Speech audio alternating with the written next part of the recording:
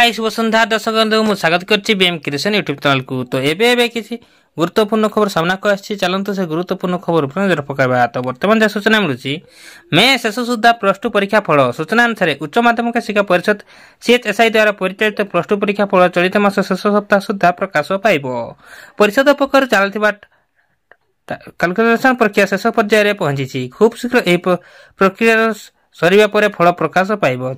चलित थर दीर्घ वर्षर व्यवधान पर एकाथरिक कला वाणिज्य विज्ञान और धंदामूलक पाठ्यक्रम फल प्रकाश पाइब। पृथक भाव फल प्रकाश बदल एककालीन फल प्रकाश करिबो परिषद। परीक्षा फल को त्रुटि शून्य करने को प्राथमिक दि जाइछि। गत मास 26 रे मूल्यांकन शेष होइथिबा बेले गत मास 22 रे ऑनलाइन आभासी मूल्यांकन शेष होइथिला। परिषद चलित मास शेष सुद्धा फल प्रकाश करने को लक्ष्य रखिछि।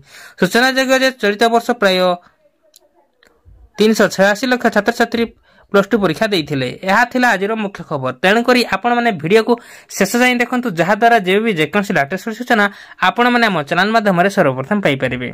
तो चलंतु डेर न करी खबर को एठी हमें रखिबा।